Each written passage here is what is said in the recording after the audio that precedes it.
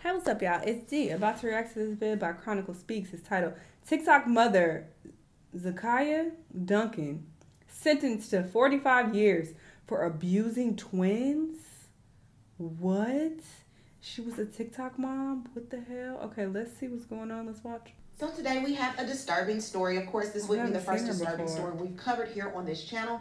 However, it's the first one that had me bawling, crying in tears before even reporting on it. So excuse me, but we are going to get into things and explain exactly why. We've been here in court all day, and disturbing details indeed. There was a lot going on at once. 40-year-old Zakiya Duncan is accused of heartbreaking crimes. That includes allegedly starving her teen twins, making them eat each other's feces and urine, spraying disinfectant in their mouths if they, quote, talk too much, and pouring bleach on the teen boys' genitals. I know that's very hard to hear, but we wanted to share just how severe this case is. The state also said since being taken into custody, Duncan has made jail phone calls to someone in Louisiana saying she had deleted videos and images from her home cameras. Her attorney says Duncan is currently pregnant again, meaning new baby makes 9 kids total for her. TikTok star Zakiya Duncan held a deep, dark secret to herself, not revealing it to her. This is why you don't trust these people. Oh, I can't stand these social media parents. They are usually horrible. TikTok audience. Zakiya often showed her children the different foods she would cook for them, the different dances they would learn together. They seemed like an all-time happy family.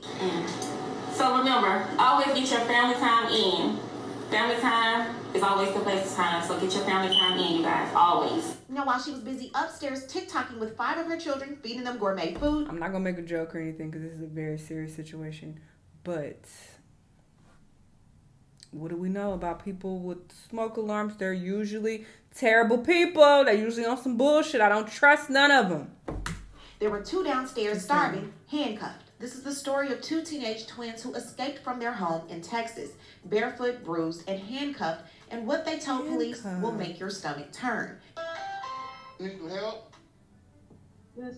Can you put medicine, please? What's wrong? What? What happened? We just need someone to be right now.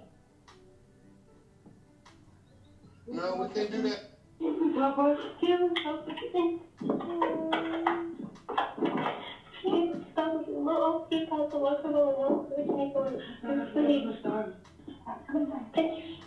This is the shocking case of Zakiya Duncan, the mother accused of chaining her children, forcing them to drink bleach, and repeating the same cycle of abuse she once promised would never happen again. It was just before dawn in a quiet Houston area neighborhood when a doorbell camera captured 2 terrified 15-year-old twins, boy and girl, knocking desperately on doors, begging strangers for help. They were barefoot, malnourished, and still clutching the handcuffs they'd just broken free from. If not for this good neighbor, and these kids have been knocked down on doors. Yes, it was 5 o'clock in the morning. That's very early.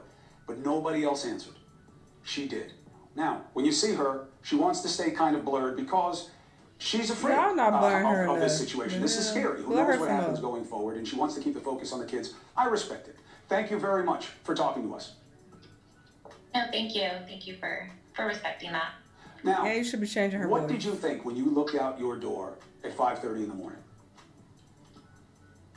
I was honestly terrified because I didn't know what to expect on the other side. God bless her, because I feel like the average person would not want to open their door just because that is just a very suspicious situation. I wouldn't, honestly, just because I would be very suspicious. I probably would call the police. Not probably, I would. But I would be thinking, like, is this a setup? Like, am I about to open my door and then is somebody, like, hiding in the bushes or something? They gonna hop out and, like, rob me? You feel me? Because it's just a very suspicious situation and you can never be too sure. But, yeah, this is very sad, and I'm glad that she did help them. At the door. But as soon as I heard their little voices, I knew something was going on and it wasn't good. When you started to look at them and saw, I mean, you're a nurse, you know what injuries look like, you know what pain over time looks like. What did you make of it?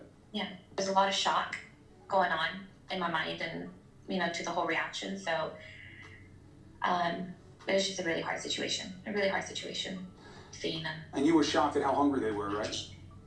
I really was. They did say that they hadn't eaten in a week, they said. And they said that the parent only fed them if they kept absolutely quiet all day or something like that? Correct, yes. And they explained to you that there was another set of twins, and that only those twins and they were treated as harshly, having to sleep in the laundry room or in a closet, being kept naked, no bathroom, having to soil themselves. Is that how they explained it? They did. Yeah, they said that they were locked in a laundry room. She is the and they had two twin brothers that also would sleep in the restroom. They said they weren't treated as bad as them, but they were still treated badly.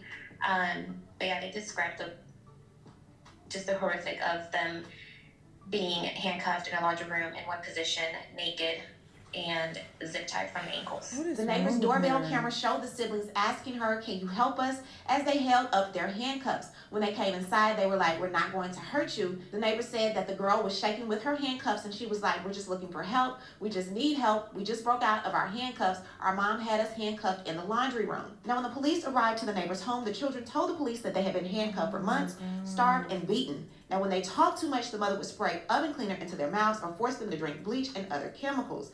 Now, according to court documents, the twins' wrists were covered in deep lacerations from the cuffs. The boy managed to find a key and hid it in his mouth until the perfect moment to unlock them both and escape. Now, when police arrived to the scene, they said that the brother's wrists had blisters that were bleeding and both of his hands were swollen. The sister had similar injuries and was wearing a gray plastic grocery bag around her neck that she stated she used as a shirt. As investigators continued speaking with the victims, the hardship they described only became more harrowing. Both complainants stated that they were handcuffed to the same black dolly located in the laundry room of the residence. Both complainants informed deputies that their mother made them drink chemicals such as bleach and Lysol and would spray Easy Off oven cleaner in their mouths if they were talking too much. The defendant would also pour bleach on the children, causing their skin to burn, including their area down below. They both stated that they do not remember the last time they had taken a shower and only have access to a mop bucket containing dirty water, and when they needed to use the restroom, they would have to urinate and defecate on themselves. The sister also stated that on at least one occasion her brother defecated and their mother made both of them their brother's urine. The kids said their mom ordered all of the restraining equipment from Amazon, including the handcuffs they escaped in. They also claimed their mother gave them a mustard or relish sandwich 1 to 3 times a week. They were only able to drink from the water valve of the washing machine and were regularly made to take Benadryl to make them fall asleep. The kids said that they were able to escape when the brother was able to get the handcuff key from his mother's purse and hide it in his mouth overnight. Following the kids' escape, Duncan and Terrell fled to Louisiana with her other children, but were arrested a short while later. Now, when police reached the family's home, they realized that 5 other children were missing, sparking an emergency search. An Amber Alert. Within hours, authorities found Zakia Duncan, who was 40, and her live-in boyfriend, Joe Terrell, who was 27, in Baton Rouge, Louisiana, nearly 250 miles away. Inside their car were 5 other children, all of whom were taken into protective custody. 40-year-old Zakia Duncan and her 27-year-old boyfriend, Joe Terrell, were arrested on Nicholson near Burbank. Louisiana State Police confirmed all of Duncan's children are safe, but would not release details as to where they are. And here's where things get even more infuriating. Records show that Zakia Duncan had already pleaded guilty to child desertion in Louisiana in 2019, just 3 years before this Texas horror unfolded. In that earlier case, prosecutors accused Duncan of locking her children in a closet and severely neglecting them. One of those children, just 5 years old, was found with burns consistent with being submerged in hot... My thing is, why do you keep having children? Water. Louisiana court documents describe the abuse the if they're annoying you that bad to where you're doing this evil, cruel shit, why keep having children? Doesn't make any sense. In 2010, police were called to investigate large bruises and scabs on one of the then 3-year-old's buttocks. Duncan said it was from a belt spanking and no charges were filed. Then, in 2012, Duncan was arrested after a school employee noticed one of the twins was having trouble sitting. Medical workers discovered burns and bruises on his body. Investigators later found scars and bruises on... It says there were burns on his feet, genitals, and buttocks. Medical workers discovered burns and bruises on his body. Investigators later found scars and bruises on his twin sister. East Baton Rouge District Attorney Hiller Moore says... And she got the kids back? Family Services stepped in. All of the children, I believe, were found with different stages of injury. Duncan was charged with felony cruelty to a juvenile, but while that case was open, the 6 children were returned to Duncan and their father. A year later, Duncan got full custody in 2018. Wow. According to East Baton Rouge Parish court records, Duncan did not plead in the criminal case until 2019, 7 years later. Do cases like this typically take this length of time to play out? Typically not, but this was an unusual case, and in this case, our focus was on children. And we had initially, and then moved toward the justice side of the parents, but we want to make sure that the children were back to healthy and normal again. Duncan pleaded guilty to child desertion and got a year probation and had to take a parenting class. Duncan divorced the children's father parenting class and married Joe. That's not gonna fix her. Let's move to Harris County this summer. where they are facing charges in this latest case of child cruelty. Did the state of Louisiana fail these children? Well, it's always not easy to look back in hindsight. No, shut up. What do you mean? The kid had burns on his genitals and buttocks, and you gave him back to the mom. Oh, she just needs a parenting class. Yes, you failed these children. In the future. What do you mean it's easier to say that in hindsight? No, in the moment, it should have been decided like, nah, she don't never need these kids again. I would have taken different action. So as you can see, when the kids escaped in 2022, it wasn't a one-time situation. It was a pattern, and the system had already given her a second chance.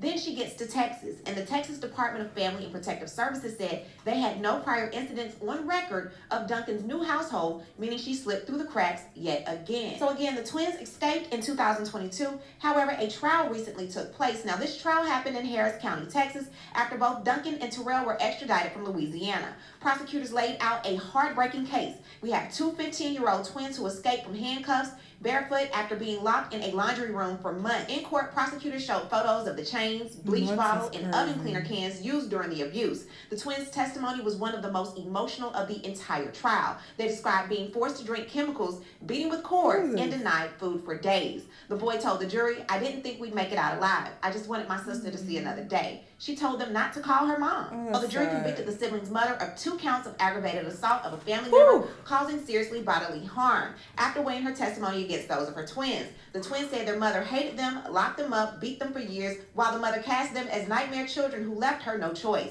Duncan testified before the jury asking for leniency. She said, "I did things, I was aware of things that happened that I shouldn't have let happen. I take full responsibility of that." According to Duncan's testimony, she...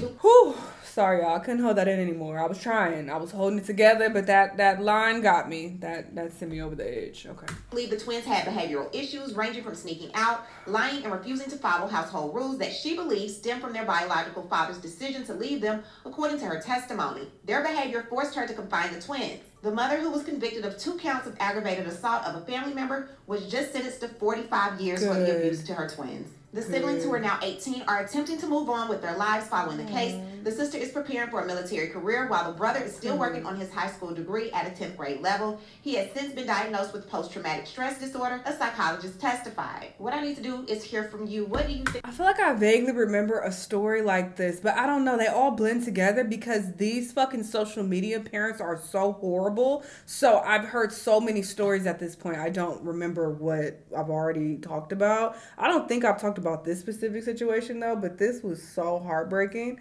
Like, just horrible. These kids are going to be traumatized for the rest of their lives. Like, how can you do something so evil? Like, why? So, yeah, this was just very chilling and horrible. I'm glad she got what she deserved. Y'all let me know what y'all think, though, and I'll see you on the next one. Bye.